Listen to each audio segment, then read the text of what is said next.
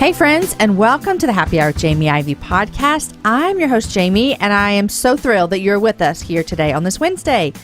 Every week on the Happy Hour, I invite a girlfriend to join me on the show, and we chat about the big things in life, the little things in life, and everything in between.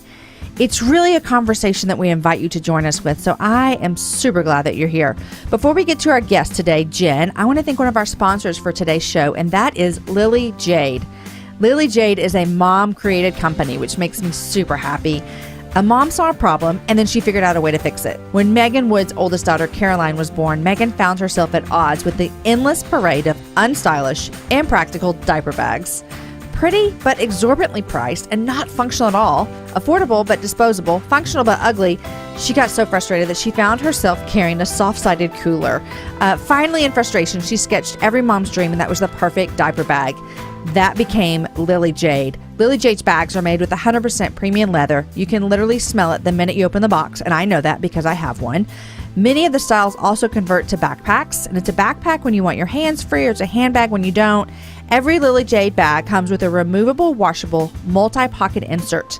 If you've ever had a bottle spill in your bag, you understand why this is so important. That multi-pocket insert, it's really like 14 pockets, guys. Your life can finally achieve some organization, and you can hand the insert with baby's things off to daycare or grandma, and then you have a beautiful handbag for you. I personally have a Lily Jade bag, and I love it. I don't need a diaper bag because I'm clearly not in the need of a diaper bag, but I use it as my computer bag, and I love it. Check out Lily Jade over my website. You can find out all the great stuff they've got going on. Guys, today you're listening to episode number 111. We have made 111 episodes, plus more if you count the half hours on Friday. Today, my guest is Jen Brecker, and Jen is an author. She has a new book out called Everything is Possible, and she's a motivational speaker, and she's an aerialist. And don't worry, I asked her what this was, in case you're wondering what an aerialist is. She has a great story of overcoming great obstacles, including the fact that she was born without legs and placed for adoption after birth. You're going to love her story of courage and faith. If you want to send us a message about anything from the show, we'd love to hear from you. I love to hear your thoughts over on Twitter. I'm at Jamie_Ivey, and Jen is at JenBrecker1. Guys, last week I told you about applying for the Christmas show. It's happening. The Christmas show applications are coming in, and I'm so excited. If you want to know more about this, go to jamieivey.com. There's a blog post up that tells you all about how you can apply, what kind of people we're looking for. This is a super great advertising opportunity for a company who wants to get the amazing products that they're making in front of all of the Happy Hour listeners. I cannot wait to see all of the ones that are coming in. We already have so many applications coming in, and we're going to choose 10 and create a wonderful Christmas show, which I haven't told you yet, but my guest host is going to be Rachel Hollis. You guys love Rachel. I love Rachel, and she's going to come on the show with me, and it's so much fun. Okay, one last thing before we get to my conversation. Finally, I have a request from you. If you love the show, if you listen every Wednesday, I was just in California this week at an event at Hessel Church in Sebastopol, like beautiful Northern California. And there were so many people there that listen to the show. And when I meet them, it literally makes my heart explode. If you love the show and you listen and you've never left a review, would you do me that favor and do that this week? Even if you don't listen through iTunes, if you could just go to iTunes and leave a review. It's not just to build me up and make me feel like the show is awesome. No, it's because leaving those reviews actually helps iTunes put the show in front of more people. And so we want a lot of people to be here with us at the Happy Hour. I've made it easy for you to remember how to do it. Go to jamieivey.com/iTunes. Leave a review, a nice rating, a nice review. I would love it. It would really make my heart swell with love for you. Okay, guys, enough from me and all of the things I've had to tell you. Here is my conversation with Jen. Hey, Jen. Hey, how's it going? Good. Welcome to the Happy Hour. Thank you. Thank you. Are you in LA? I am. Yeah. It's early. Yeah, it's 8 a.m. Oh, okay. That's not too bad. I'm bad. I'm on the summer schedule, so 8 a.m. does seem really early. Oh, but yeah. It's good. We start back to school on Monday, so everything changes. Oh, yeah. So where are you at? We're in Austin. I'm in Austin. Oh, Austin, I love Texas, Austin. Yeah. Oh, it's the best, isn't it? Oh my gosh.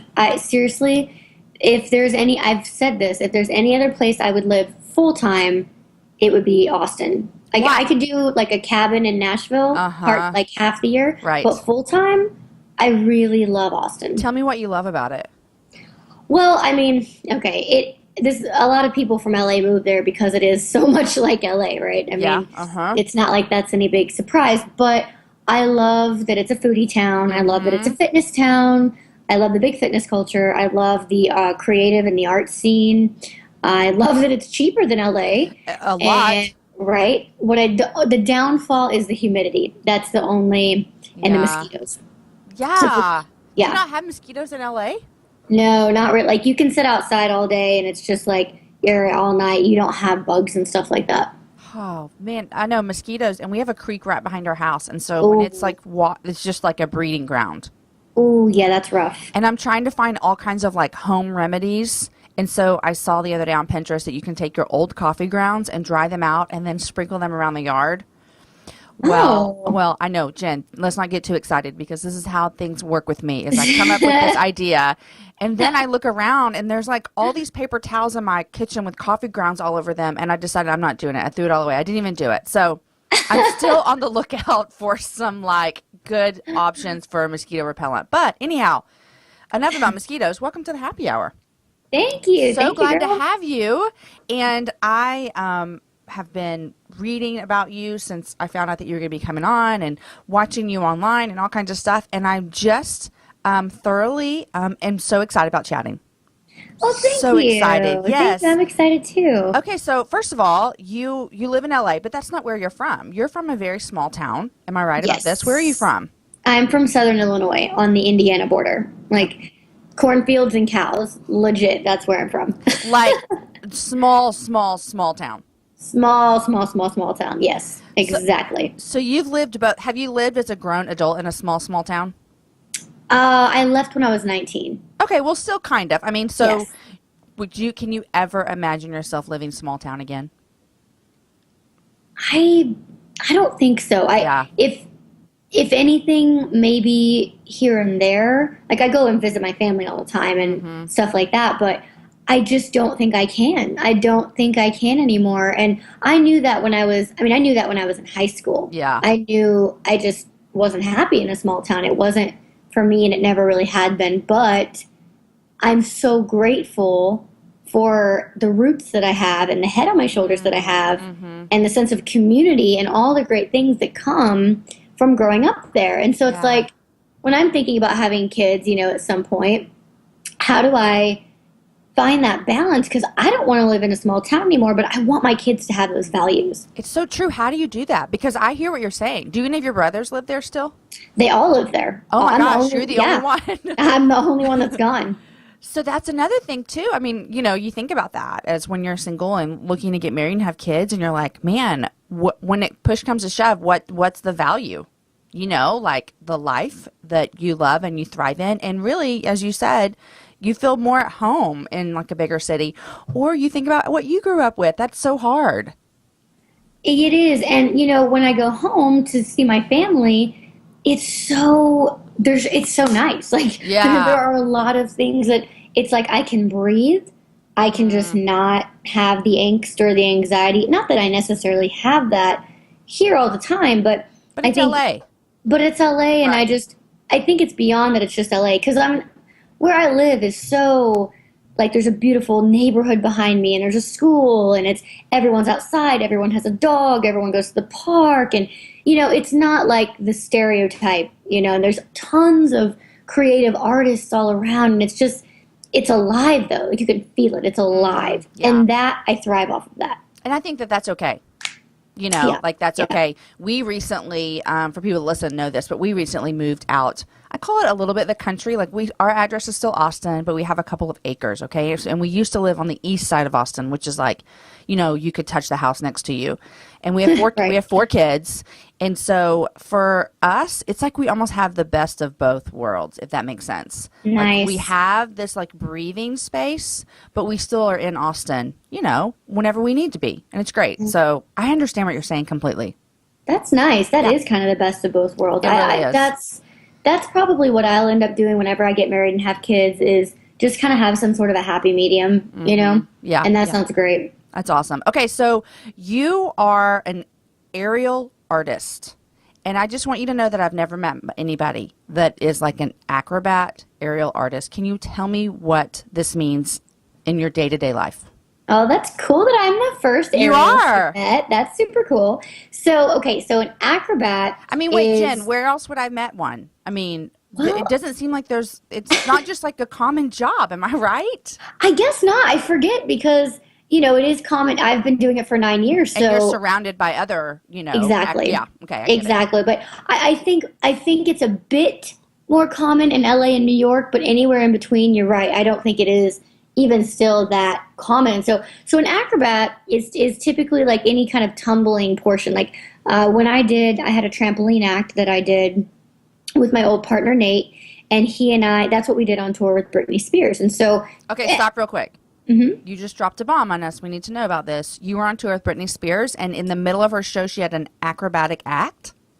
Right. So awesome. It was pretty wild. I'm not gonna lie. I toured with her in 2009 in North America and Australia, and it was and we were featured act. So that means that when we're performing, nothing else is happening, and it was so the pressure was absolutely insane. I had only been in the industry a little over a year, maybe a year and a half at this point.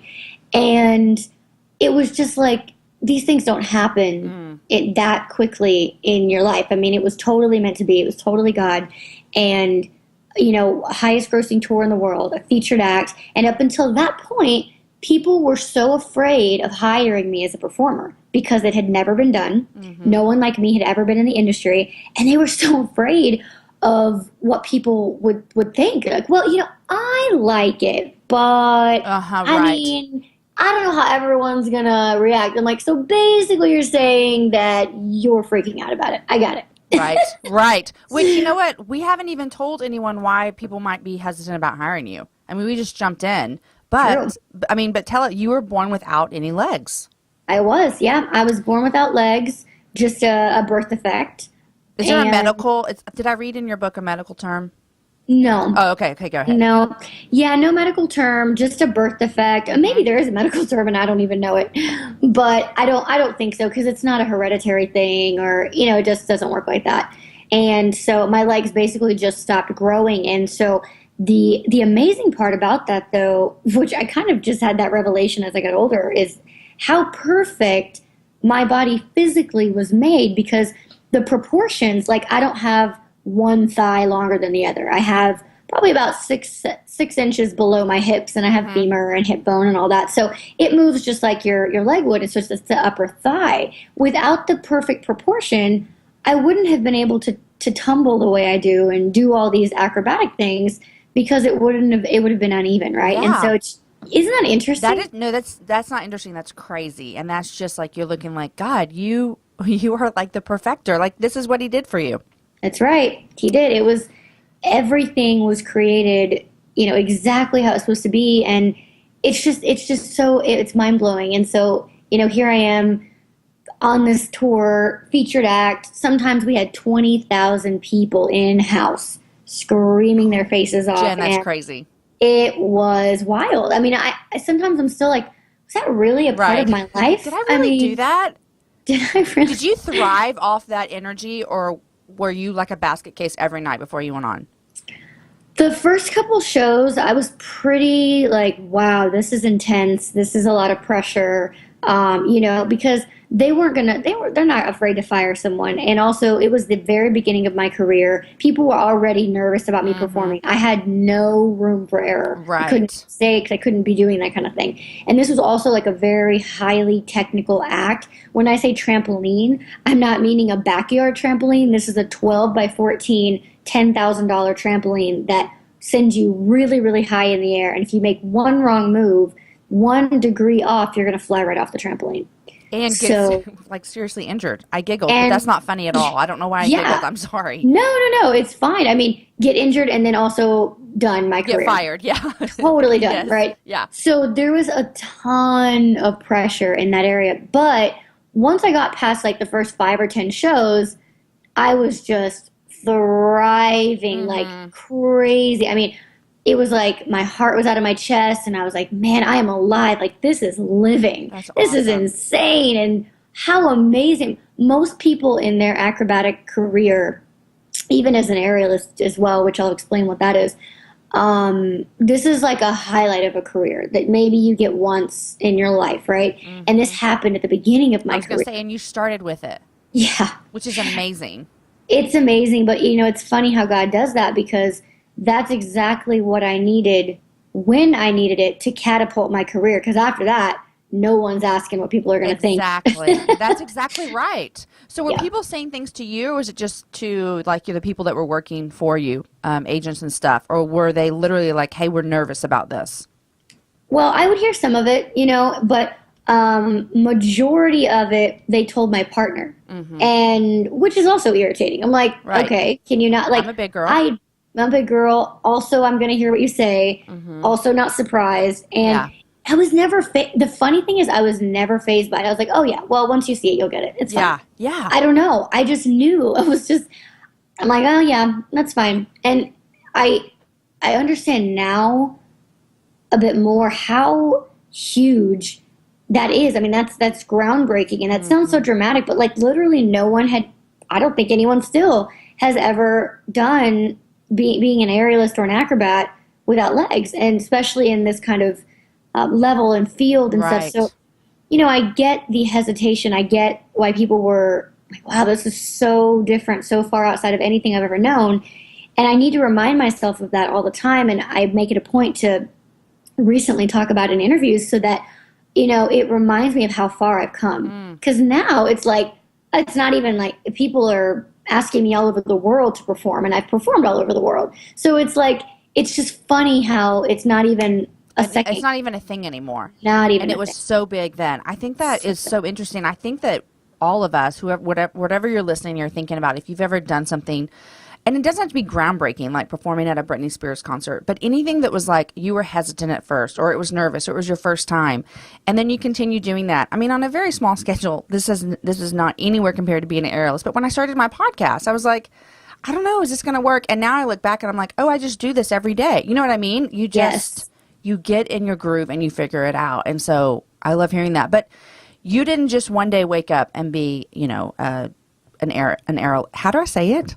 Aerialist. Aerialist. And let me explain. That is a lot to say, aerialist. Aerialist, yeah. Okay, tell me what it is. And so an aerialist is basically on any apparatus hanging in the air. So you have a circle, which a hoop, a lot of times people call it a hoop, but it's called a lyra, where you have the silk fabric that hangs from the ceiling, like in Cirque du Soleil, things like that. So I primarily, when I do duo acts, I have done a lot of silks a lot, and then when I do my solo stuff, which is majority of really what I do now, it's a silk hammock. So instead of two separate pieces of fabric, it's one piece of silk fabric connected, and it just allows a bit more unique things. You can be in a cocoon, you can just do different things when it's connected versus separate, and neither one is better. It's just for my solo, I prefer doing the hammock. So any different apparatus, you're called an aerialist.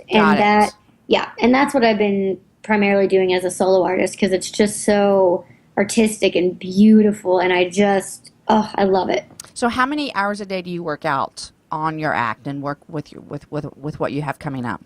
Well, I don't work out every day as an aerialist. I work out every day in a regular gym with my trainer. And so, because just to keep my body lean, keep it looking nice, keep it, ready for that bikini, And then when I have something, like I have something coming up where I'm performing next week, and I'll go into the gym. The gym is also far in LA, so there's traffic. Yeah. The one that I go to. So if it was closer, I would be in there much more often. But I'll go a couple days before and run through my act a couple times, and then the day of, I do a rehearsal and run through it a couple times as well. So it's in my body. It's just, I'm used to it. And I have this interesting genetics for a female, and I cannot shake muscle. Like, I can't get rid of it. Oh. Yeah, it's very interesting, and has been like it's been a huge insecurity as well. Like, I just What do you mean? Tell me more. Like, why is this an insecurity? Well, growing up, it was just like I had these muscles, I had these muscular arms. I see. Okay. It just, sometimes they don't fit right in jacket. And I'm just like, everyone else's arms are small and I found that to be feminine. And I didn't want to look masculine. And I mean, now it's like everyone looks at me like I'm cross-eyed because they're like, wait, what? Because now, strong is sexy. And so Right. it's so real, right? And so everyone thinks I'm nuts, and here I am trying to get rid of it. Everyone else is trying to have it. And the reason I said that is because every female aerialist I know has to train almost every day to maintain the muscle. And so for me, I limit my training so that I don't bulk up. That is interesting. It is very interesting. And it's not just because I don't have legs. It's not because I use a chair. It's not because I walk with my arms. I've really thought about that and noticed that. And then I saw a picture of me when I was, I think, 6 years old. I was in this tiny pink bikini, and I'm flexing with my brother. And I'm like, all the muscle. You're like, it was always there. It was always there. And I was like, oh, well, so then it's genetics. There you go. There it is. That is hilarious. Okay, so, but you've been doing gymnastics forever. Yes. And I want to hear about, this is just the craziest story ever, but you've been doing gymnastics forever. Also, we should mention that you were also adopted at birth. Yes. And I am an adopted mom. 3 of my 4 kids. Oh, that's amazing. Yes. And so I'm drawn to your story in that way, for sure. 2 of my kids are adopted internationally from Haiti, and then 1 domestic from right here in Texas. That's amazing. Yeah, so I was drawn to your story immediately with the fact that you were adopted as an infant. And so you grew up, and your family and your parents. And one thing that anytime I see any kind of story about anyone that has any form of disability and they're doing just amazing things, they're just like chasing their dreams and nothing's holding them back. A lot of them say the same thing that I've heard you say, is that my parents just told me that I could do it. And there was nothing that I couldn't do. Is that true for your family? Absolutely. I mean, there's not literally one time that I can remember them ever discouraging me from doing something. I mean, I'm sitting here, I want to play basketball and softball and volleyball, and power tumbling, and I want to go roller skating, and all these things. Meanwhile, I don't have legs, didn't occur to me, didn't faze me. And also, I did all of these sports with able-bodied athletes. I didn't use my chair, I didn't use prosthetics, because those things were actually for myself. They hindered me, they didn't help me. And also, in my brain, I literally did not, I was like, why would I be in a handicap sport? Like, that doesn't make, it just completely, as a kid, didn't make sense to me because I didn't grow up around people who were disabled. I wasn't treated disabled at home or at school. So, because I grew up in the middle of nowhere. So past day 1 of kindergarten, nobody cares I don't have legs anymore. Exactly. And we move on, right? Yeah, right. So, and I was always this kind of spitfire personality and outgoing and popular in school. And then I was strong and I was an athlete and I was excelling in tumbling. And so it's just funny. I didn't even realize people would think that I was bullied or had a rough childhood until I got older and started doing more interviews and things. And that in and of itself was such a foreign concept to me. Right. Like, why would you think that what are you talking about? Like, I was so far removed from that kind of a world. And I think God, obviously, I know, He did that on purpose. Like, He shielded me and my mind during those years where I was growing up and where I grew up and the people that I grew up with, who still, by the way, are unbelievably supportive. And, that's the point of the whole book, is to highlight all these people in my life who have they are the reason why I am the way I am. Yeah. They've shaped and molded me, not just because of myself, because I'm so awesome. It's like, no, so many people have poured into me, and I want to highlight them in the book and show people this is why I am the way I am. Well, and I'm a firm believer that God puts us exactly where we need to be. And I even think when we were talking about just your small town life, and I'm like, what a blessing that was. And even the way that you're saying, I just feel more at home and like the busy and the going and a city life. And that is so true. But God placed you in that time and season for a purpose. And because your family was just what you needed. So when did you find out? Because this is as an adopted mom, we always talk about my kids' adoption around our home, and we have an open adoption with my son's domestic adoption, birth mom, and all that kind of stuff. Do you remember when you found out that you were adopted? I was really young. I mean, there's not a time that I don't remember ever a time not knowing that I wasn't adopted. So I had to be probably, 4 or 5 years old. Yeah. And the way my mom just explained it was, she said that a nice lady held me in her tummy until she could come and get me. And as a kid, apparently that made sense to me. Literally, they're like, you were just like, okay. And then I just moved on. That's totally the same. People ask me all the time, like, how do we tell our kids? And I'm like, I don't remember when I told them. We've just always talked about it. It's just always been a fact. Yeah. Yes. I think that's the best policy. And they were so open and honest about everything, because my biological parents came from Romania. And so my parents told me that. I was always actually so proud of the fact that I was Romanian, and I was always so tan, and I had these dark eyes and black hair, and I never looked like really anyone else in middle of nowhere, no diversity, America.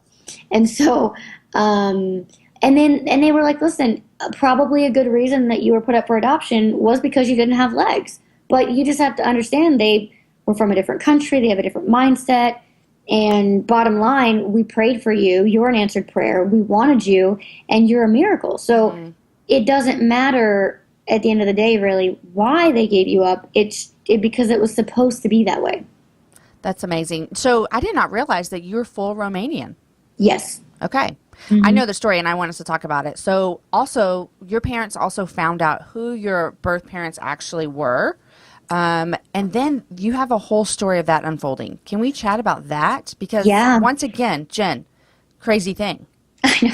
This is, in case you didn't notice, it's a pattern in my life. I'm sure that you're like, it's not that crazy anymore. It's just completely normal. But for us, chatting about it for the first time, and when I was reading your story, I'm like, this is just crazy. It just keeps getting crazier. So tell us about when your mom actually found out who your biological parents were. Right. So I was always I loved gymnastics ever since I was little. We would watch it on TV. And then the Olympic times were coming up, in the 96 Olympics. And so everyone, we love Olympics. We love gymnastics. And so we were all watching it. And I loved Dominique Moceanu. She was part of the 96 Olympic team. How old was she there? Because she looked about 12. Yeah, I think she was 13. She was a baby. Yeah, totally a baby. Yeah. I remember those Olympics as well. I was just graduating high school is when that happened. Yeah. Okay. It was in Atlanta. Remember that? Yes, it was. Yeah. Yep, it was on home turf. Yes. And I was about 7 years old watching her. And, I knew she was Romanian, and I knew I was Romanian.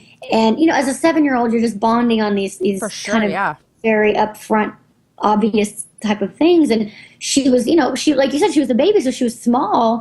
And I was also small. I have a pretty petite frame, not small just because I don't have legs, but my frame is actually petite. And so I saw that, she was just small. She was smaller than the other ones because she was so young. She was a baby, yes. She was a baby. And so it was cool for me to see that. And then I was like, we look alike too. I mean, this is crazy.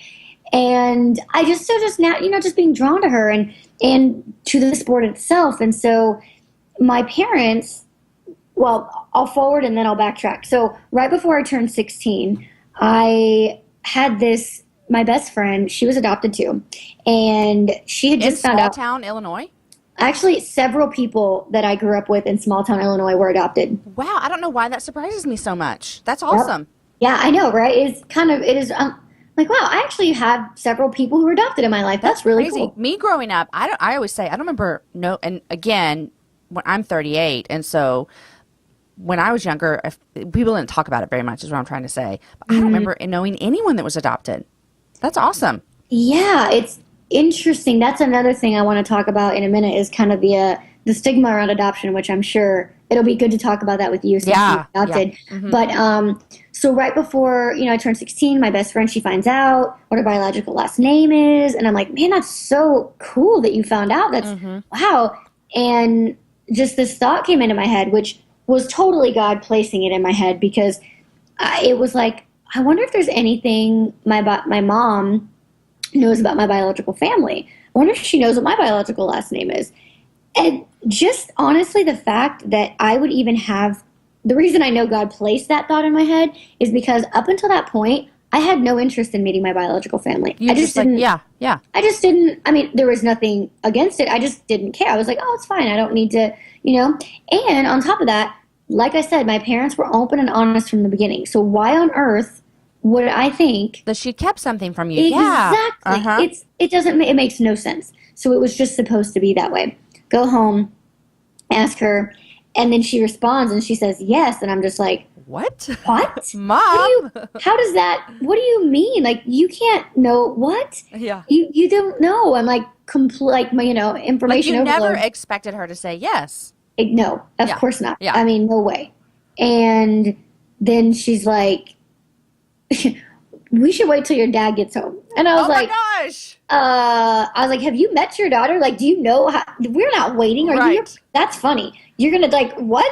You're not going to tell me this and then tell me to wait. How funny is that? I have no patience anyway. Yeah. So she goes out and gets all these papers and documents and kind of tosses it on the table. And she's like, you're never going to believe this, but your biological last name is Mochianu. Did you know immediately? Yep, immediately. Exactly. Beeline, right to the point. I knew what it meant. And then to come to find out how she discovered that is just... I'm sitting here, we're all watching the Olympics, like I said, back to what I was saying. I'm 7 years old. They panned the audience. Dominique was competing. Uh-huh. They panned the audience and they showed Dimitri and Camelia Mochianu. And a light bulb goes off in my mom's head and she's like, man, those names sound familiar. That's interesting. And she just goes and gets these adoption papers from 7 years ago. And she starts doing the math and she sees Camelia, Dimitri, Mochianu, Romanian, sibling 6 years older. No. Dominique was 6 years older. Yep. And my mom right there in the living room was like, holy crap, my daughter is looking up to this person. Gosh. And that's her sister. Yeah. So your mom knew when she was competing.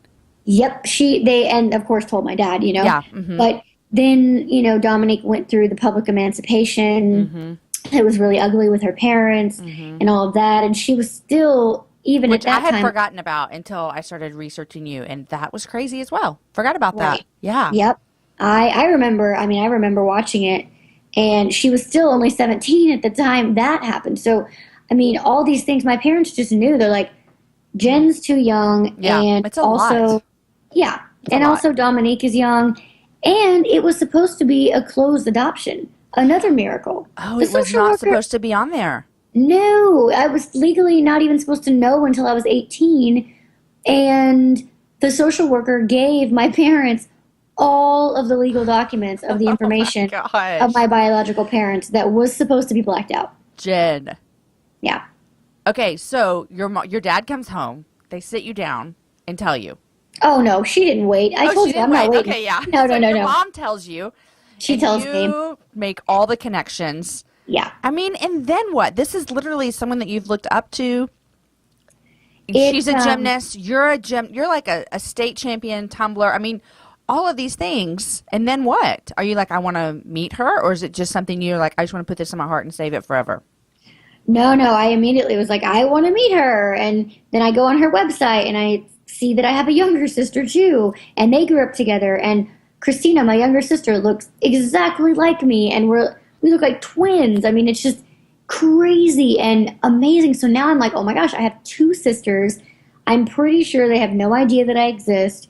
And I want to meet them, And so my uncle was a private investigator, of course. Of course. Why wouldn't of course he was, Jen. Of course he was, right?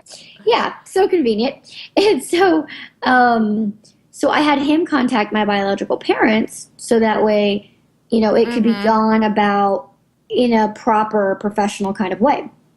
And I expected them to deny it and be like, I don't know what you're talking about, blah, blah, blah, blah, blah.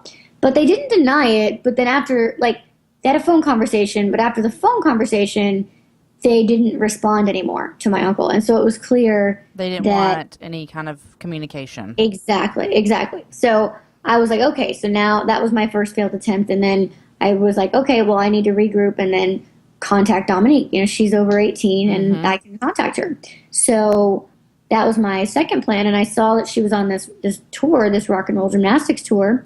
and that they were going to be stopping in a place about 2 hours from me. So I was like, oh my gosh, this is perfect. I'm going to go there, somehow find her, somehow get past security. Right. How old are you at this time? I was 17. And your mom's like, let's do this? Like, she's like trying to get you behind security as well?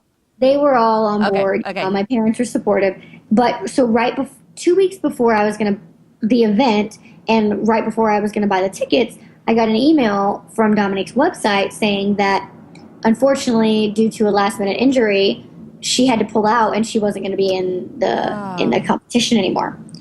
And so that was a big sink in the heart. That was a big discouragement because I really thought you were so close. I was so close, and so it sucked, to be honest. And so then I graduated high school and I got an internship at Disney World in Orlando and moved at 19 years old, and I never moved back. I was just like, here I am, and I'm going to Florida. And so that first year, I was just inundated with exciting things and people and boys from all over the world and food and the beach. You got out of Southern Illinois quickly. Real quick. Saw the world. I sure did. And so that first year, I was just kind of distracted by life. And then the end of 2007, I started dreaming about meeting my biological family, and it's all I thought about. Like, it was just on my mind all the time. And so I knew that was God just prompting my heart to try this for in my head, the third and final shot. And so I asked my parents to copy all the legal documents, send them to me. I copied pictures from when I was a kid till, that age I was at, which was 20 by this time. And, because the resemblance was insane. Yeah. And then I put together a carefully written letter and sent it out on a hope and a prayer and just waited for the longest 2 weeks of my life. And then at the end of the 2 weeks, I was really like having to come to terms with the fact that maybe they aren't going to respond. Maybe I'm not going to get a letter. It won't be a happy ending. And I have to be okay with that because I did everything I could. I put all the cards on the table, and that's all you can do. And so I got a card in the mail, actually, opened it up. I didn't pay attention to who it was from. Opened it up, and the letter fell out, and I saw Dominique's signature, and I was just like, oh my gosh. Like, my heart stopped. And then I was a little hesitant to open the letter because, again, what if it wasn't positive? What if it wasn't happy? And so I finally just was like, whatever. It's like a Band-Aid moment. I just got to open it, read it, and it's going to be what it's going to be, Yeah. And that's what I did. And then I got to the middle of the letter, and she said, you're about to be an auntie. Oh. Yeah. And so I knew when I read that they had accepted me as their sister. Yeah. And it was amazing, and then we met, all three of us met in Ohio. I flew to Ohio, and Christina lives in Texas, so she flew to Ohio to where Dominique lives. And we met in May of 2008, all three of us. Yep. So, you've been living this relationship now for 8 years. Yes. Yep.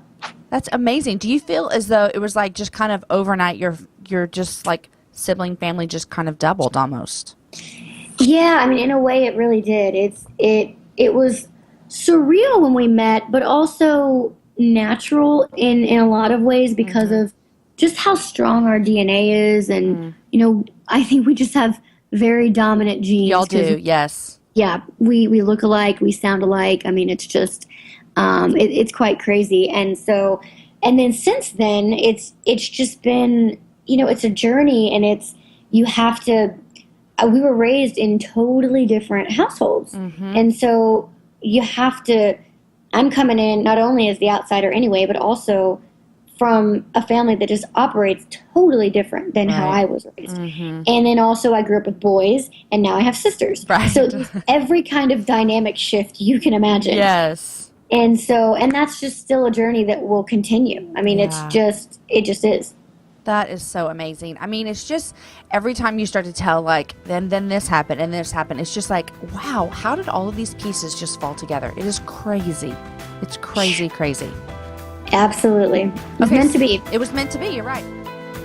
Hey guys, I hope you're loving this conversation with Jen as much as I am. Before we get back to our conversation, I just want to thank another sponsor for today's show, and that is Sacred Holidays. Sacred Holidays was founded by Becky Kaiser, and she started it because she was a young mom who was trying hard to make the holidays mean something. Anyone else feel that way? There were lots of options out there for kids, but there wasn't much for women. Becky believes that you can have all the whimsical feelings of Christmas and still connect with Christ right in the middle of all of the chaos. Thank you for that. This Advent, which is the days leading up to Christmas, Sacred Holidays has a study called He Is, the Attributes of God. And they have it not just for women, but they have one for families, one for men, and one for teen girls as well. Every day will be a different attribute of God, but each study will focus on the same attribute each day, but have unique content allowing families, churches, and communities to do the study together. Yours truly, myself, is a contributor, as well as some of the past guests that we've had on here. Bailey Hurd, Kat Armstrong, Jen Sprinkle, Deborah Parker, plus about 95 other contributors that you're going to love. Guys, when you go to sacredholidays.com and go to the shop, you can use the code Happy Hour and get 10% off your order. Follow them on Instagram as well at Sacred Holidays. Again, that's sacredholidays.com. Use the code Happy Hour. Okay, here is the rest of my conversation with Jen. Okay, so adoption. You said you wanted to chat about adoption stigmas. Let's do this. Yeah. So, I grew up and adoption was always a topic of celebration. It was like joy, celebration, happiness, gratefulness, just smiles all the way around. Anytime anything associated with adoption, that was how I grew up.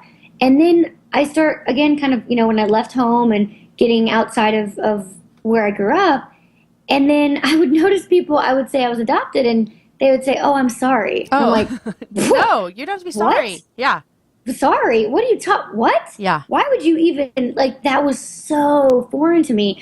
So then, and then when I get into the whole world of, just going all over the world and speaking about things and different stuff, I realized that there's such a negative kind of connotation to adoption in a way of and then I see all these countries closing their borders and not letting people adopt. And it's just, I'm like, how is this is this seriously real life? I mean, do people really not want their kids to be adopted, and then they don't want to adopt people? And then, also I want to have a kid or two naturally, but I also want to adopt. And then me looking, for a partner, not a lot of people are on board with adoption. Really? It's kind of amazing. Well, I see this. I don't know if you notice this. I notice it in movies. As being an adoptive mom, I notice these things a lot more, and I'm sure that you notice them as well as being someone who was adopted at birth, is I notice that people will use adoption as a way to be mean. They'll make a joke in a movie like, "Oh, you're probably adopted." You know what I mean? Right. Or yes. I remember growing up, people would make a joke like, "Ooh, your parents haven't told you yet, you're adopted." Almost like there's this bad thing attached to it. So I know exactly what you're saying in that sense, as I see things like that people kind of use it as it's the worst thing that could happen to you. Right. Which, in for me, it's oh my gosh, it changed the course of my life for the better. Yeah. People say, "Yeah, but Jen, you were left in the hospital, you were put up for adoption, you were born without legs, they didn't even give you a name." And I'm like, "Yeah, but you don't understand. That's what God did. That's how it had to be, because that's what God used to be the biggest blessing of my life." Yeah. Because it changed the course of the direction of my life. Yeah. For the better. That's so true. I always tell our kids this, and our kids that have adopted internationally, one came home at 4.5 and one came home at almost 2, and then our domestic came home at birth. So we have those different dynamics of what ages they were when they came home. But I've always told my kids, a lot of people will say with adoption, a way to make their kid feel more loved and supported and wanted is that the parents will say that we chose you, that makes you so special. But I've always told my kids, God chose you. God chose you for this family. Because I always say, God puts families together. Even the biological son that I had, God did that. God put him in this family, my husband and I obviously had a part in that, but God designed that. God designed our family, and he always knew from the beginning of the time that Caden would be my biological son, and that Amos would come home from Haiti, and Story from Haiti, and Deacon, I listened to your story, and I'm like, God had this perfect design for Jen's life, and it involved this. And like you said, it changed the direction of your whole entire life. Amen. Absolutely. I mean, such a beautiful way to illustrate that, and so correct. I mean, that God totally puts families together. I mean, he is a purposeful God, and nothing is without purpose, and nothing is without for nothing, you know? And totally, I mean, I see that so clearly in my life, but I know it's true for anyone else's life too. And I think that's beautiful. And absolutely, even your biological son, of course. I mean, right. Of course. And I think that's beautiful. Yeah. Okay. So I saw a picture in your book of you when you were a child with prosthetic legs. You didn't choose to keep those. No. Yeah. It just, they slowed me down so much. I knew you were going to say that. Yep. It was difficult. Like, it was just like they were heavy, they were big. And I just always learned everything. I did everything with my body, and that was easy. That was, you know, that was the natural thing, and it was very unnatural using prosthetics, and also a very big hindrance. And you know, I used them for my two proms, my junior and senior prom, so I could wear a nice long dress. But other than that, I mean, geez, I haven't worn my prosthetics since I was 18. Yeah. Well, you just are doing life. You don't even, they're more of a hindrance for you. Okay, Jen, I always ask my people what you're reading. So what are you reading these days? Yes, so I started reading The Unhealthy Truth by Robin O'Brien, and I am such like Miss Chemical Free, all natural, clean living, clean eating, that kind of thing. And I spoke, I'm sponsored by a company called Garden of Life, and they went and had me speak to their sales reps, and one of the speakers was this woman, Robin O'Brien, and we had her books. And so it's just really interesting how she talks about, you know, how processed foods and what's in our food and what we're eating, and allergies with children and things like that. So it's a really interesting book. And then I haven't started it yet, but there's a book from my publishing company that I got in the mail called Home. And it's by Elise Fitzpatrick? Yes. Yeah. Yes. Okay. Love her. She's been on the show, and I literally, she's one of my favorite people to that I've had on. She's so wise. Love her. Wow. Okay. That's amazing. I'm so excited to start reading the book. I haven't read it yet, but I have a copy here as well. And so I am going to look forward to reading that as well. She has some great books on parenting. And in fact, if you're listening and you didn't listen to when she was on the show, go back and listen, because man, it's some great parenting stuff packed in there. So awesome. I'll have to listen to that too. She's awesome. Okay. So I just looked up The Unhealthy Truth, and this looks like a book I'd want to read. Looks awesome. Yeah. And she is awesome. The woman, Robin, is really, really awesome. And it's just, this is my kind of world anyway. Health and nutrition and fitness. That's a huge interest of mine. So I can't wait to finish the book. You're diving in. Yeah. Okay. So also I like to ask my guests, what are 3 things that you're loving? Like, you got to text your girlfriends and say you have to know about this right now. Well, so again, bouncing off of this whole chemical-free kind of thing, I've tried to eliminate chemicals in all of my products, and the toughest area is makeup. And so one of my makeup artist, she does a lot of movies and TV sets and stuff, and so she will hit up different companies that she loves and tells them that, you know, she's going to be working on this movie or that, and they send her a lot of products. So she gets to try a lot of different products out, and she knows that I like the cleanest of clean in the makeup world. And so there's this company called It Cosmetics, and it's called skincare with pigment. So it's actually like good for your skin while it's still being makeup. And they sent me a huge gift box of like everything they own, all the brushes, all the makeup, all the lipsticks, all the, like, everything. And I am loving it. Well, that's a fun box to get, first of all.